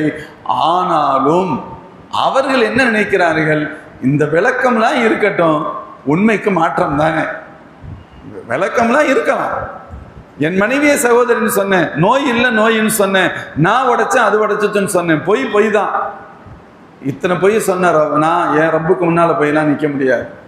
என் ரப்புக்கு முன்னால ஏன் பாடே நானே பயந்துக்கிட்டு இருக்கேன், ஏன் பாடு என்ன தெரியல, இதுக்கு என்ன பதில் சொல்ல போறோமோ, நான் உங்களுக்கு எப்படி பரிந்துரைக்க முடியும்? அப்போ தான் அவங்க சொல்லுவாங்க, சரி ஓகே, இவ்வளோ தூரம் கஷ்டப்பட்டு வந்துட்டீங்க, நீங்கள் வேண்டுமானா எனக்கு பின்னால் ஒரு முக்கியமான நபி வந்தாங்க என் குடும்பத்திலேருந்து, அவங்க மூசா அலைஹிஸ்ஸலாம்னு இருப்பாங்க, மோசமான கௌமுக்கு நபியாக அனுப்பப்பட்டாங்க, ரொம்ப நாள் அவங்கள்ட்ட கஷ்டப்பட்டாங்க, நீங்கள் அங்கே போங்க அப்படின்னு சொல்லுவாங்க. அங்கே போங்க அப்படின்னு சொல்லி மூசா அலைஹிஸ்ஸலாத்திட்ட வந்தால் அவங்கள்ட்ட புகழ்ந்து சொல்லுவான். அவங்க சொல்லுவாங்க, அதெல்லாம் நம்மளால் முடியாதுப்பா, நானே ஒரு கொலை பண்ணிட்டு என்னடா பண்ணுறதுன்னு நான் பயந்து போயிருக்கிறேன்ப்பா.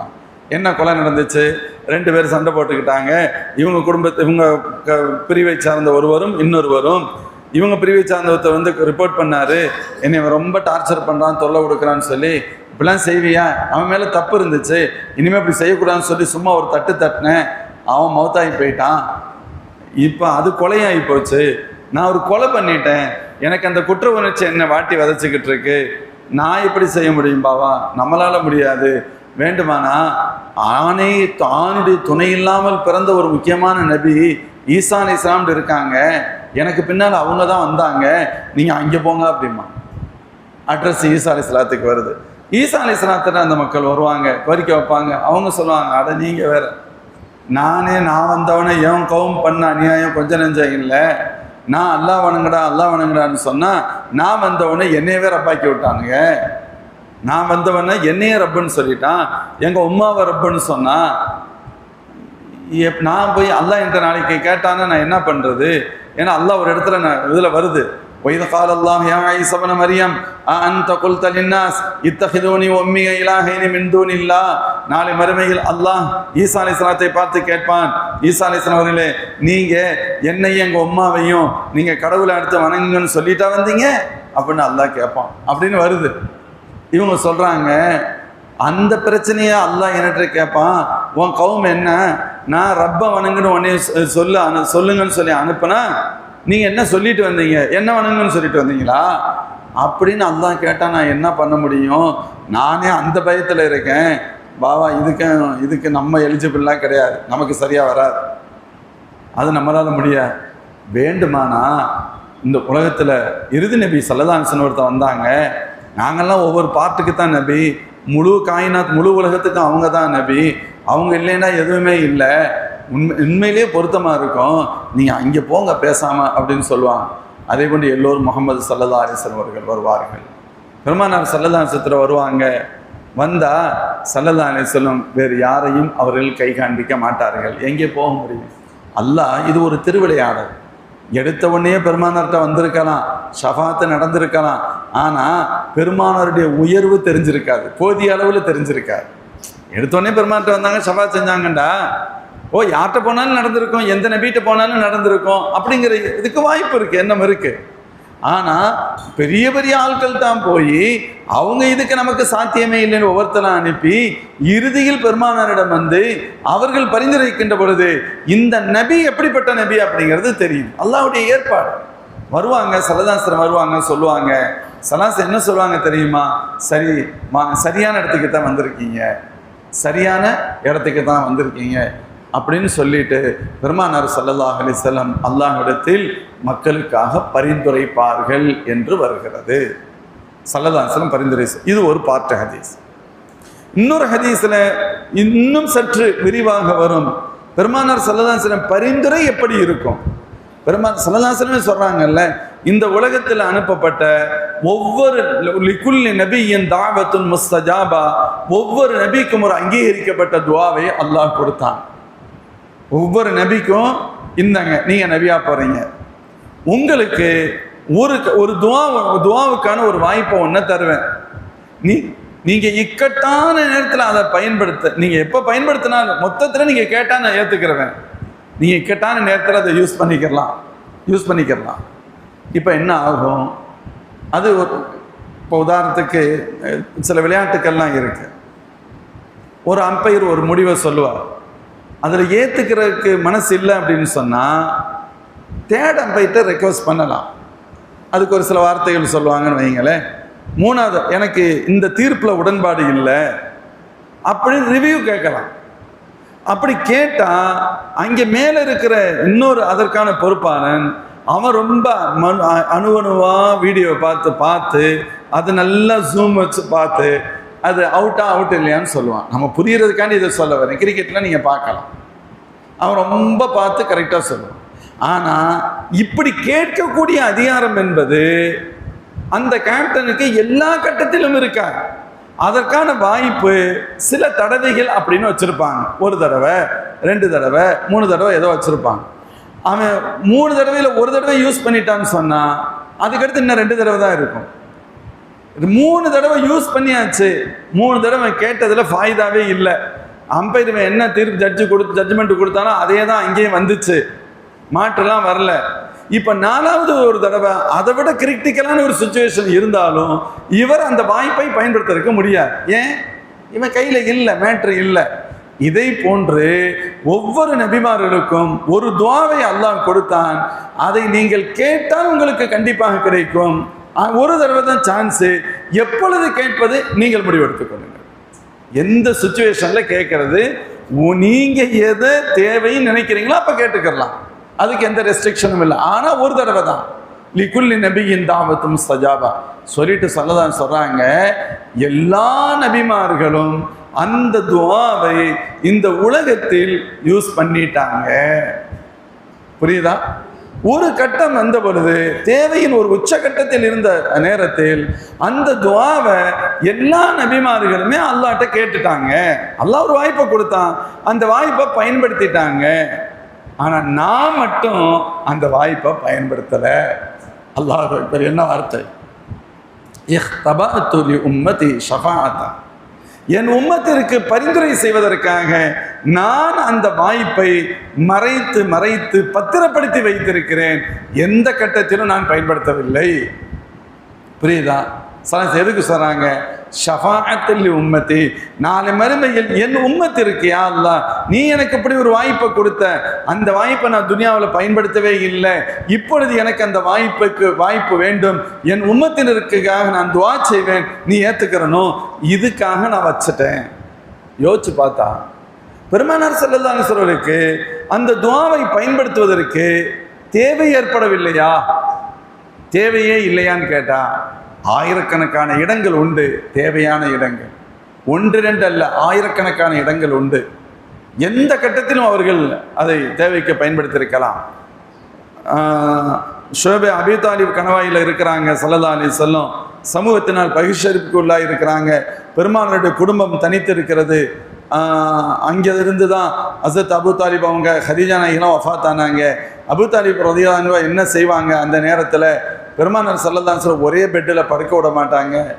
எந்திரி பத்திரின்னு வாங்க தட்டுவாங்க, முகமது எந்திரிங்கம்மா இங்கே வாங்க அப்படின்னு சொல்லி அவங்க பெட்டில் படுக்க வைப்பாங்க. அவங்க வந்து இங்கே படுப்பாங்க. சில சமயத்தில் கூப்பிடுவாங்க, மற்ற அவங்களுடைய பிள்ளைங்க படுத்திருக்கிறது, நீ எந்திரி அப்படின்னு சொல்லுவாங்க. ஸல்லல்லாஹு அலைஹி வஸல்லம் வந்து அங்கே படுக்க வைப்பாங்க. அவங்கள போய் நீ அங்கே போய் படுன்னு சொல்லுவாங்க. ஏன்னு கேட்டால் பெருமானாருடைய உயிருக்கு அவ்வளோ ஆபத்து இருந்துச்சு. ஒரே இடத்துல இருக்கிறாங்கன்னு தெரிஞ்சா அது வேறு சில அவங்களுக்கு ஆபத்து ஏற்படுங்கிறத பயந்து அதிலிருந்து பாதுகாப்பு பெறுவதற்காக இப்படிலாம் செஞ்சாங்கன்னு வருது. அப்போ தன்னுடைய உயிருக்கு அச்சுறுத்தல், அவ்வளோ பெரிய அச்சுறுத்தல் இருக்கு. உயிருக்கு அவ்வளோ பெரிய அச்சுறுத்தல். தாயிஃபுக்கு போயிட்டு வர்றாங்க, எவ்வளோ கஷ்டம் ஏற்பட்டுச்சு. இந்த தீனுக்காக தன்னுடைய முழு பொருளாதாரத்தையும் அர்ப்பணித்த ஹதீஜா நாயகி சாப்பிட்றதுக்கு ஒன்றுமே இல்லை. ஏன் சராசரி துவா செஞ்சிருக்க கூடாதா? எல்லாத்தையும் பெருமானாருக்காக கொடுத்தவங்க, ஏழை அல்ல கோடீஸ்வரி, எல்லாத்தையும் பெருமானாருக்கு கொடுத்துட்டாங்க. சரி, பெரிய செல்வ செழிப்புகள் எல்லாம் கொடுத்ததை பற்றி பரவாயில்ல, அவங்க ஒரு நார்மலான லைஃப் வாழ முடிஞ்சிச்சான்னு கேட்டால் அந்த வாழ்க்கையை கூட வாழ முடியலை. அதில் சாப்பிட்றதுக்கு பசியை போக்குறதுக்கு கூட ஒன்றும் இல்லை. அப்படிப்பட்ட கஷ்டத்திலும் ஸல்லல்லாஹு அலைஹி வஸல்லம் அந்த துஆவை பயன்படுத்தலை. சரி, ஹிஜ்ரத்துக்கு போகிறதாங்க, ஊரை விட்டாவது போயிடலாம் அப்படின்னு நினைக்கிறாங்க. சரி, ஊரை விட்டு தான் போகலான்னு நினைக்கிறாங்களே, அந்த இரவில் போகட்டும்டாத விட்டாங்களா மக்காவாசிகள்? இல்லை, போகட்டும் கூட விடலை. அந்த இரவில் பெருமானாரை வீட்டை முற்றுகையிடுகிறார்கள். முற்றுகையிடுறாங்க. ஸல்லல்லாஹு அலைஹி வஸல்லம் வீட்டுக்குள்ளே இருக்காங்க. எப்படி இந்த இரவில் போய் தான் ஆகணும்? துவா செய்யலாமா, துவா செய்யக்கூடாதா? யாரெல்லாம் உங்களுடைய தீங்கிலிருந்து பாதுகாரண்டு கொலை பண்ணுறதுக்கு தான் வெயிட் பண்ணிக்கிட்டு இருக்காங்க. ஸல்லல்லாஹு அலைஹி வஸல்லம் அந்த இக்கட்டான நேரத்திலும் அந்த துவாவை பயன்படுத்தலை. சரி, நான் சுருக்கமாக சொல்றேன். மதீனாவுக்கு வந்தாச்சு. மதீனாவுக்கு வந்ததுக்கு பின்னாடியாவது நிம்மதியாக இருக்க விட்டாங்களா? இல்லை. மதீனாவில் இருந்த யூதர்களோடும் முனாஃபிகீன்களோடும் கள்ள தொடர்பு வைத்தார்கள். நீங்கள் இவங்க அங்கே பேசணும், அவங்க இங்கே பேசுகிறாங்க, ஐடியா கொடுக்குறானுங்க, நீங்கள் வந்து அட்டாக் பண்ணுங்கள், நாங்கள் சும்மா தெரியாத மாதிரி சும்மா இருந்துருவோம், அல்லது உங்கள் கூட ஜாயின் பண்ணி நாங்களும் அடிக்கிறோம். என்னென்னா நடந்துச்சு. திரும்பவும் மதீனாவுக்கு போய் இவங்க ரொம்ப நல்லா இருக்காங்களா, கொஞ்சம் நல்லா வசதியாக இருக்கிற மாதிரி தெரியுது, ரொம்ப நிம்மதியாக இருக்கிற மாதிரி, கலவரம் சண்டை பயம்லாம் இல்லாமல் இருக்கிற மாதிரி தெரியுது. அப்படிலாம் இவங்களை விட்டுறக்கூடாது. அப்போ தான் ஒரு பெரிய கிட்டத்தட்ட ஒரு பெரிய பொருளாதாரத்தை திரட்டி அபூ சுஃபியான் ரலியல்லாஹு அன்ஹு அந்த நேரத்தில் இஸ்லாத்தை ஏற்றுக்கிறல, கிட்டத்தட்ட வீடுகளில் இருந்த அந்த மக்களுடைய நகையை திரட்டினார்கள். 83 கிலோ தங்கம் வந்ததா? எவ்வளவு? 83 கிலோ தங்கம். அவ்வளவு பொருட்களை திரட்டி போய் வியாபாரத்துக்கு போனாங்க. அதில் நிறைய லாபம் சம்பாரிச்சு வரணும். அந்த காசை கொண்டு வந்து அசலாம் உங்களுக்கு தந்துடுவோம், லாபத்தை வச்சு முகமது கூட்டத்தை காலி பண்ணணும்னு நினைச்சாங்க. அல்லாஹ்வின் திருத்தூதர் ஸல்லல்லாஹு அலைஹி வஸல்லம் தங்களை பின்பற்றி வந்த மக்களை பாதுகாக்கணுங்கிறதுக்காக இந்த தகவல் தெரிந்து அபூ சுஃபியான் வியாபாரம் முடிந்தவர்கள் லாபத்தோடு திரும்புகின்றார்கள் என்ற தகவல் தெரிய ஸல்லல்லாஹு அலைஹி வஸல்லம் ஒரு முக்கியமான குழுவை திரட்டி கொண்டு வந்து இவங்களுடைய வியாபார கூட்டத்தை மறித்து அந்த பொருளாதாரத்தில் சிதைவை ஏற்படுத்தி அதன் மூலமாக முஸ்லிம்களுக்கு ஏற்படக்கூடிய தீங்கிலிருந்து அவங்களை பாதுகாக்கணுங்கிறதுக்காக ஸல்லல்லாஹு அலைஹி வஸல்லம் தடுக்க வந்தாங்க. ஆனால் நடந்தது வேற. அபூ சுஃபியான் இதை இன்னும் அவர் கொஞ்சம் முன்கூட்டியே உளவு தகவல் பெற்று தெரிந்து வேறொரு ரூட்டில் பயணம் செய்து அவர் மக்கா போய் சேர்ந்துட்டாரு. ஆனால் தனக்கு பாதுகாப்புக்காக ஒரு படையை அனுப்புமாறு சொன்னார். 1000க்கு மேற்பட்ட ஒரு படை திரண்டு மக்காவை நோக்கி மதீனாவை நோக்கி வந்தது. இவர் போயிட்டாரு. இவர் போய் தகவல் சொன்னார், நான் வந்துட்டேன், நீங்கள் திரும்பிடுங்கண்டு. அபூஜஹலின் தலைமையில் வந்த படை திரும்ப மறுத்துருச்சு. அதெல்லாம் முடியாது. அவங்க என்ன நினைச்சாங்கன்னு கேட்டா, இதை ஒரு சாக்கா பயன்படுத்தி இவங்களை அழிச்சிடணும்னு நினைச்சாங்க, முஸ்லிம்களை அழிச்சிடணும். அப்படிலாம் முடியாது, அது நம்ம திரும்பலாம் கூடாது, இப்போ ஒன்ஸ் வந்துட்டோம்னா அவ்வளவுதான் அப்படின்னு சொன்னாங்க. இதுல 100 பேர் திரும்பி போயிட்டாங்க. 100 பேர் திரும்ப போயிட்டாங்க. அவங்க என்ன, இங்க பாரு, எதுக்கு நீங்க வந்தீங்க, எங்களை கூப்பிட்டது எதுக்கு? நம்மளுடைய வியாபார கூட்டத்துக்கு பாதிப்பு இருக்குன்னு கூப்பிட்டீங்க, அதுக்காக வந்தோம். வியாபார கூட்டம் வந்துருச்சுன்னு சொல்றீங்க, அப்புறம் இங்க என்ன தேவையில்லாத சண்டை? அதெல்லாம் எங்களுக்கு தேவையில்லை. உடனே அவங்க திரும்புறாங்க. அபூஜஹல் வந்து சில பேர் பேசுவாங்களே, இவெல்லாம் தொடை நடிகைகள், அது இது நம்ம ஊர்ல பேசுவாங்கல்ல, இது மாதிரி கடுப்பேற்றுற மாதிரிலாம் நீ என்னத்தையே பேசிட்டு போடான்னு சொல்லிட்டு 100 பேர் போயிட்டாங்க. அவர்கள் பாக்கியசாலிகள் போய் சேர்ந்துட்டாங்க. இந்த 900 சில்லறை பேர் முஸ்லிம்களோடு சண்டை செய்தாங்கன்ட்டு வந்துட்டாங்க. அல்லாஹ்வின் திருத்தூதர் ஸல்லல்லாஹு அலைஹி வஸல்லத்திற்கு மனதளவில் பெரிய நெருக்கடி, ரொம்ப வருத்தம். என்ன அப்படின்னு கேட்டால், வியாபாரத்து கூட்டத்தை தடுக்கலாம்னு வந்தோம், ஆனால் இங்கேயோ யுத்தம் நடக்கக்கூடிய சூழல் வந்துருச்சு. நம்ம யுத்தத்துக்காக வரல, யுத்தத்திற்கான எந்த தயாரிப்பும் இல்லை, சாப்பிட்றதுக்கே போதிய வாய்ப்புகள் இல்லை, ஆயுதங்கள் எங்கே, ஒன்றுமே இல்லை.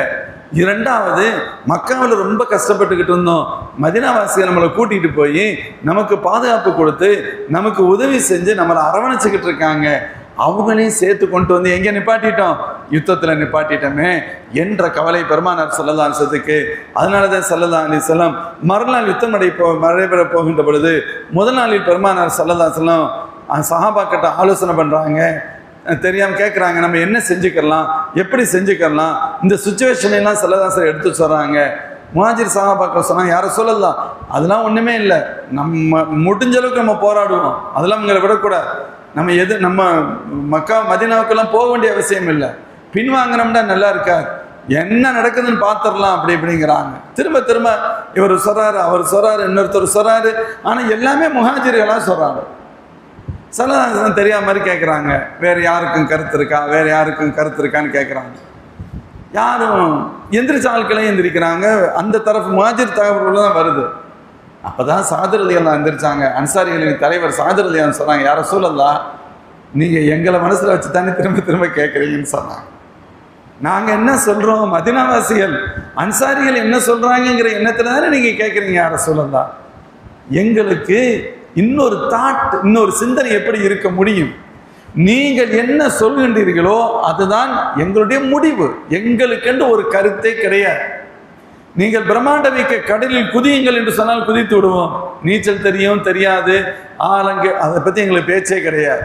ஒரு மோசமான முள் செடிகள் அடர்ந்த காட்டை கடங்கள் என்று சொன்னால் உங்களுடைய உத்தரவு போங்கன்னு சொன்னால் நாங்கள் போயிடுவோம். இதில் எப்படி நடக்க முடியும்? அப்பெல்லாம் நாங்கள் யோசிக்க மாட்டோம். மூசா அலைஹிஸ்ஸலாத்துடைய கௌம் அந்த நபியை பார்த்து, இது ஹப அந்த ரப்புக ஃபகாத்திலா இன்னா ஹாகுனா காயிதுன், நீங்க ரப்பும் போய் சண்டை போடுங்க, நாங்க இங்கேயே பத்திரமா உட்கார்ந்துருக்கோம் சொன்னாங்களே, யா ரசூலல்லாஹ், இது மாதிரி நாங்க சொல்லிடுவோம்னு நினைக்கிறீங்களா? ஒருபோதும் அப்படி சொல்ல மாட்டோம். நாங்கள் வேண்டுமானால் இப்படி சொல்லுவோம், நாங்கள் மனிதர்கள், சராசரி ஆட்கள், எங்களுடைய ரப்பின் உதவி இல்லாமல் ஒருபோதும் நடக்காது. இது ஹப் அந்த ரப்புக ஃபகாத்திலா, நீங்களும் ரப்பும் சண்டை செய்ய வேண்டும். இன்னா மஅக்கும் முகாத்திலூன், நாங்களும் உங்களோடு சேர்ந்து சண்டை செய்வோம். இப்படித்தான் நாங்கள் சொல்லுவோமே தவிர அந்த கௌம் சொன்னது மாதிரி நன்றி இல்லாமல் பேசிவிட மாட்டோம் என்று விரிவான ஒரு நிலையை ஹஸரத் சாதிர் ரலியல்லாஹு சொல்ல பெருமானார் ஸல்லல்லாஹு அலைஹி வஸல்லம் முகம் மலர்ந்தது. அதற்கடுத்து யுத்தம் நடந்தது, அல்லாஹ் வெற்றியை தந்தான். அது வேறு விஷயம். என்ன சொல்ல வரோம், இந்த இக்கட்டான நேரத்திலும் எந்த துவாவை யூஸ் பண்ணல, அந்த வாய்ப்பளிக்கப்பட்ட துவாவை யூஸ் பண்ணல, சும்மா துவா செஞ்சாங்க. அது அல்லாஹ் ஏத்துக்கிறது அவனுடைய விருப்பம் சார்ந்தது. ஒன்று தாவத்தை முஸ்தஜாபாண்டு முழு 100% அங்கீகரிக்கப்பட்ட, அதை கேட்டா கிடைச்சிடணும், கொடுத்துடணும். அதுல இன்னொரு இதே இல்லை. ஒப்புக்கொள்ளாமல் போகலாம், கிடைக்கலாம். நம்மளும் துவா செஞ்சுட்டே இருக்கிறோம், அல்லாஹ் கொடுப்பாங்க நம்பிக்கையில கேட்கிறோம், கொடுக்காம போகலாம். நாளை மறுமையில கூட அல்லாஹ் கொடுக்கலாம், அதுவே விஷயம்.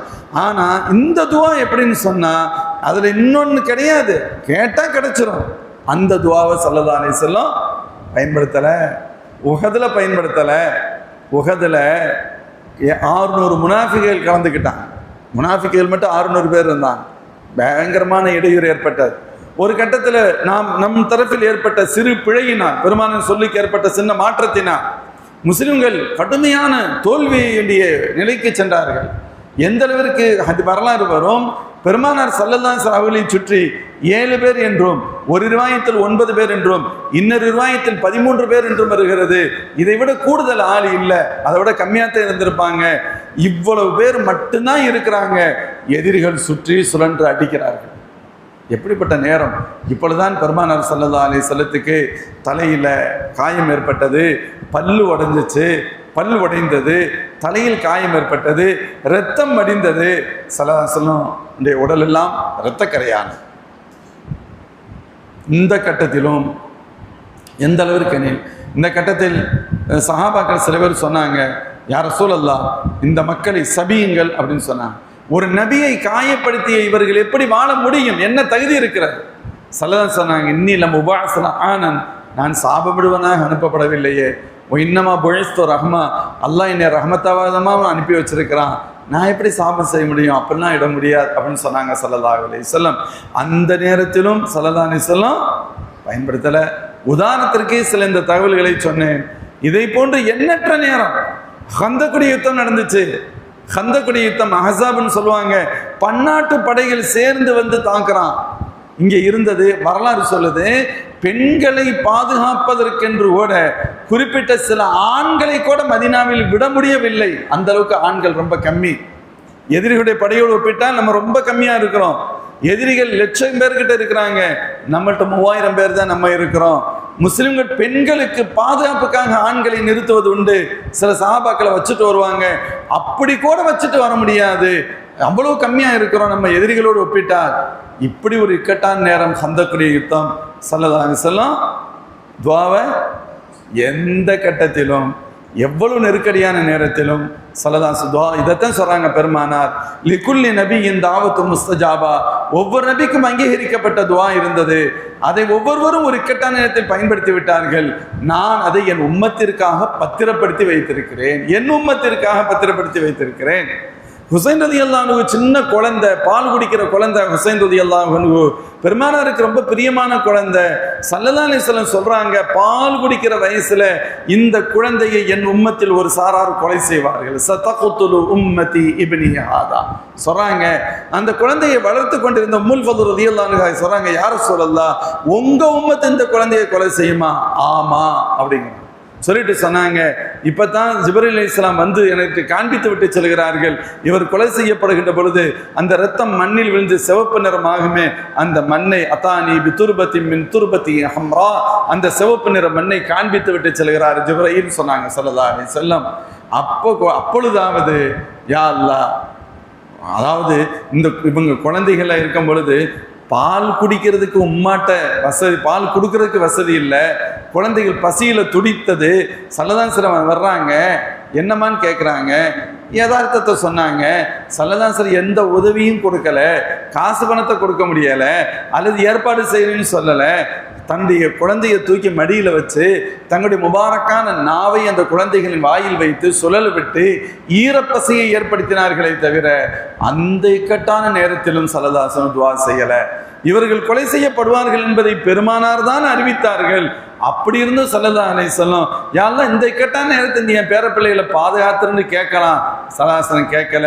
இவைகள் அனைத்தையும் கேட்கவே இல்லை, பத்திரப்படுத்தினார்கள். இதுவும் தங்கள் குடும்பத்தினருக்காக என்று கேட்டால் இல்ல, என் உம்மத்திற்காக இதை பத்திரப்படுத்தி வைத்திருக்கிறேன் என்றார்கள் ஸல்லல்லாஹு அலைஹி வஸல்லம். இதைத்தான் இப்போ யூஸ் பண்ணுறாங்க. ஹதீஸில் வருது, புகாரி ஷரீஃபில் வரும், ஸல்லல்லாஹு அந்த உம்மத்தில் சொர்க்கவாசிகள் சொர்க்கத்தில், நரகவாசிகள் நரகத்துக்கு போய்விட்ட ஒரு நிலை இருக்கும். ஸல்லல்லாஹு அலைஹி வஸல்லம் சஜ்தாவில் விழுந்திருப்பார்கள், நீண்ட நெடிய நேரம் இருப்பார்கள், நிறைய அல்லாஹ் புகழ்ந்துக்கிட்டே இருப்பாங்க. அப்பொழுது அவர்களுக்கு சொல்லப்படும், யார சொல்லதா இருஃபாராஸ், உங்களுடைய தலையை உயர்த்துங்கள், சல் தொழுத்த கேளுங்கள் கொடுக்கப்படும், வஷ்ஃபத்து ஷஃபா நீங்கள் பரிந்துரைக்கின்றீர்களா, பரிந்துரைங்கள், உங்களுடைய பரிந்துரை ஏற்றுக்கொள்ளப்படும், தலையை உயர்த்துங்கள் உயர்த்துங்கள் என்று சொல்லப்படும்.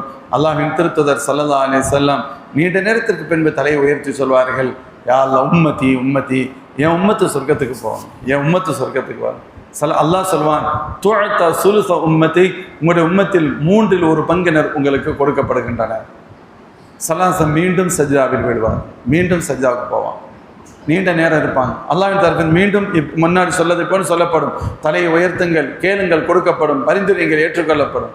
ஸல்லல்லாஹு திரும்பவும் கேட்பாங்க, என் உம்மத்து பாதுகாக்கப்படும். அப்படியா, உங்கள் உம்மத்தில் இன்னும் குறைந்தபட்ச ஈமான் இருக்க ஆணி நீங்கள் வெளியில் இன்னொரு 3/1 வெளியில் கொண்டு வாங்கன்னு சொல்லப்படும்.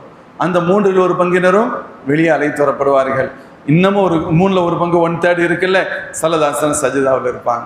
ஸல்லல்லாஹு சஜ்தாவில் இருப்பாங்க. பெருமானார் ஸல்லல்லாஹு அலைஹி வஸல்லம் சஜ்தாவில் நீண்ட நெடிய நேரம் இருக்கின்றார்கள்.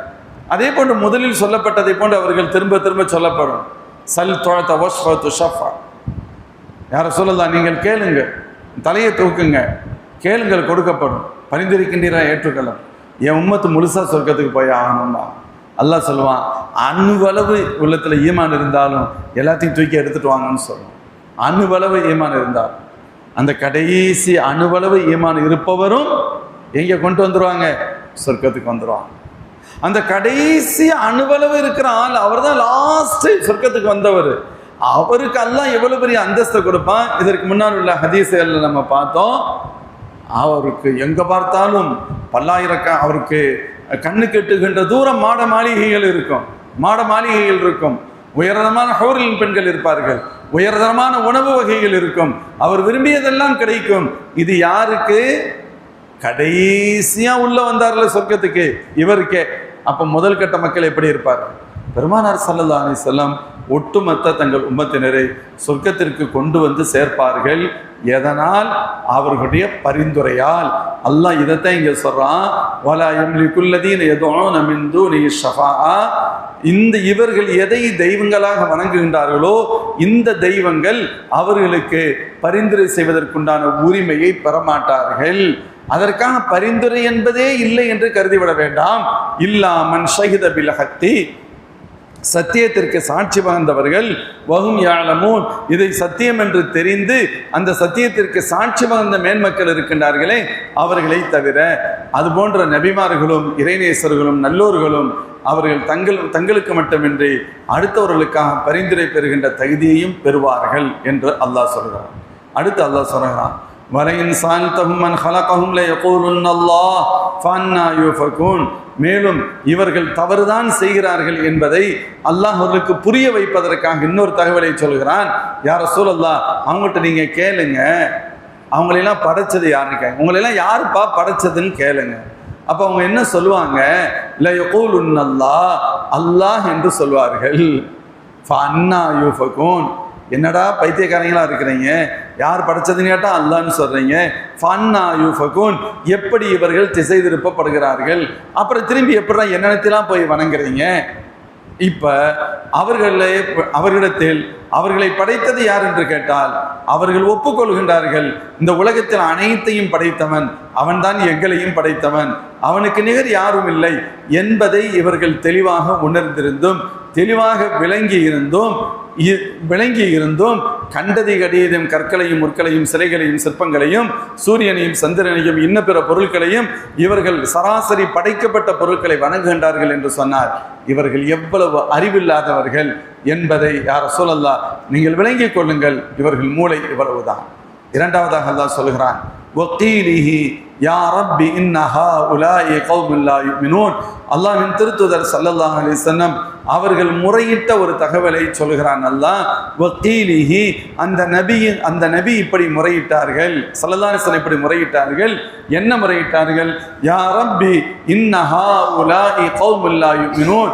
இறைவா, இந்த என் சமூகம் ஈமான் இல்லாத சமூகமாக இருக்கிறது, இந்த என் சமூகம் ஈமான் இல்லாதவர்களாக இருக்கிறார்கள் என்று நபி என்னிடத்தில் முறையிட்டார்கள் என்று அல்லாஹ் சொல்கிறான். வக்கீலிஹி என்ற வார்த்தை, வக்கீலிஹி கீல், இந்த ரெண்டு ஓதுதல் இருக்கிறது. வக்கீலிஹி என்பதுதான் ஹஃப்ஸ் கிராத், நம்ம அப்படித்தான் எல்லாத்தையுமே ஓதிக்கிட்டு இருக்கோம். வக்கீலஹு அப்படின்னு இருக்கும். அப்படி வைத்தால் பொருட்களில் மட்டும் சற்று வித்தியாசம் உண்டு.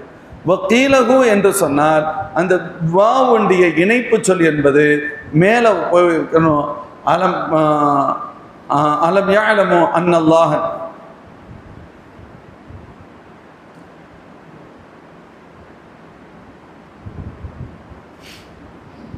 அம் யஹ்சபூன அன்னா லா நஸ்மஉ சிர்ரஹும் வ நஜ்வாஹும். அந்த இடத்தில் போய் தொடர்பு வைக்க வேண்டும் என சொல்வார்கள். அவர்கள் மனதில் ரகசியமாக வைத்திருப்பதையும் அல்லது ரகசியமாக மற்றவரிடத்தில் பேசுவதையும் அல்லாஹ் கேட்க மாட்டான் என்று கருதி கொண்டார்களா? அந்த இடத்தில் இதை தொடர்பு படுத்த வேண்டும். வக்கீலஹு யா ரப்பி இன்ன ஹாஉலாஇ கௌமுன் லா யுமினூன். என் சமூகம் ஈமான் இல்லாமல் இருக்கிறது, ஈமான் ஏற்றுக்கொள்ளாமல் இருக்கிறார்கள் என்று நபி முறையிட்டதை அல்லாஹ்விற்கு தெரியாது என்று இவர்கள் கருதி கொண்டார்களா இந்த மக்கள்? இல்லை, என் நபி முறையிட்டதும் அல்லாஹ்விற்கு தெரியத்தான் செய்யும் என்பது ஒரு பொருள். இன்னொன்று வக்கீலிஹி, இந்த அல்லாஹ்விடத்தில் தான் மறுமை நாள் எப்படி வரும் என்ற ஞானமும் இருக்கிறது.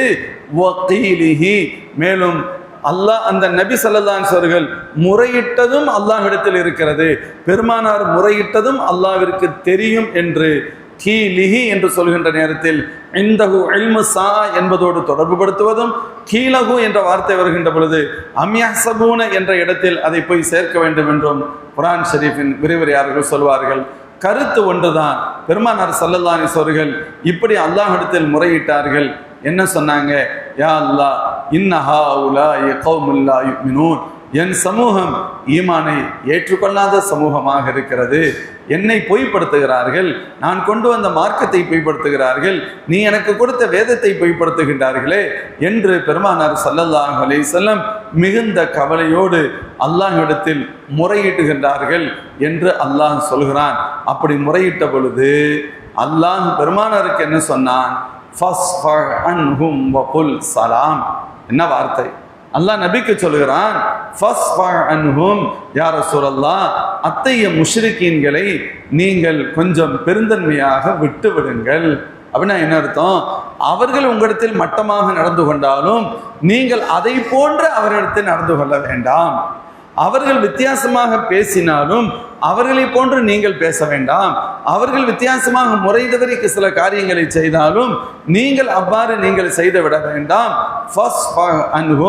அவர்களை நீங்கள் பெருந்தன்மையோடு விட்டு விடுங்கள். வகுல் சலாம், மேலும் அவர்களுக்கு நீங்கள் சலாம் சொல்லுங்கள் அப்படின்னா என்ன அர்த்தம்? அவர்களிடத்தில் நீங்கள் மென்மையாக நடந்து கொள்ளுங்கள். அவங்க உங்கள்கிட்ட தப்பாக நடந்துக்கிறாங்க தான், நான் இல்லைன்னு சொல்ல வரல. அவர்கள் எப்படி தப்பாக நடக்கின்றார்களோ, முறை தவறி நடக்கின்றார்களோ, அதை போன்று நீங்கள் நடக்க மாட்டீர்கள், நடக்க வேண்டாம். அது நம் தரத்திற்கானது அல்ல. அது மட்டுமல்ல, அவங்க செய்கிற மாதிரி தீங்கு செய்யாமல் இருந்தால் போதும் என்று மட்டும் யாரும் கருதிவிட வேண்டாம். வகுல் சலாம், நீங்கள் சலாம் சொல்லுங்கள். அதாவது அவரிடத்தில் நீங்கள் இணக்கமாக நடந்து கொள்ளுங்கள். நீங்கள் கோபப்பட்டுறாதீங்க. அதுக்கு அர்த்தம் என்னடா அது இவ்வளவு தூரம் சொல்லி கேட்க மாட்டேங்கிறான், புறக்கணிக்கிறாங்க, இவங்கெல்லாம் மனுஷனா, இவங்க மூஞ்சிலே முடிக்கக்கூடாது, இனிமேல் இவங்களை திரும்பி கூட பார்க்கக்கூடாது என்றெல்லாம் ஒருபோதும் கருதி விட வேண்டாம். அவரிடத்தில் நீங்கள் அன்பை வெளிப்படுத்துங்கள், முஹப்பத்தை வெளிப்படுத்துங்கள். நீங்கள் நல்ல வார்த்தைகளை அவர்களுக்கு நீங்கள் சொல்லுங்கள், மீண்டும் மீண்டும் நல்லதையே சொல்லுங்கள். ஆனால் அல்லாஹ் எச்சரிக்கிற விதத்தில் சொன்னார், ஃபஸௌஃப யஅலமூன், ஒரு நேரத்தில் அவர்கள் புரிந்து கொள்வார்கள். ஒரு நேரத்தில் என்ன நடக்கும் என்பது அவர்களுக்கு தெரியத்தான் செய்யும். நீங்க அதை நான் பார்த்துக்கிறேன், நீங்க அவங்க செய்கிற மாதிரி கோபப்பற்ற வேணாம், மாறாக அவரிடத்தில் மென்மையாக, இதமாக, முஹப்பத்தாக, அன்பாக நடங்கள். அது உங்கள் தரத்திற்கானது. ஆனால் அதுக்காண்டி அவங்கள நான் அப்படியே விட்டுருவேன்னு நீங்கள் நினச்சிக்கிறாதீங்க. யார சொல்லலாம், ஃபஸௌஃப யஅலமூன், அவர்கள் அதிவிரைவில் தெரிந்து கொள்வார்கள். அப்படின்னா என்ன அர்த்தம்?